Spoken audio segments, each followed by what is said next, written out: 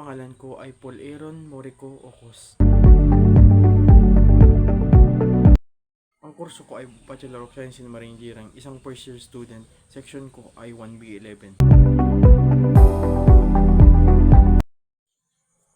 Nagpasya akong maging marinero dahil gusto kong matulungan ang aking pamilya at makaon sa kahirapan at makapag-travel around the world.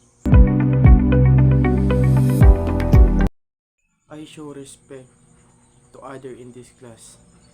First, be kind and polite. Second, pay attention with others when different opinions. And lastly, respect personal boundaries.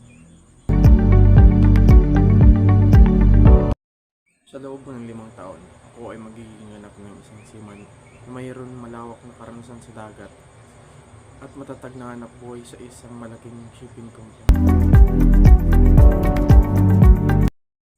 Gusto kong iwan ng isang pamana na nagpapakita ng pagmamahal at pagpapahalaga sa kapwa sa pagitan ng pagiging inspirasyon sa pagtulong sa pag-unlad ng industriya at ng transportasyon sa dagat.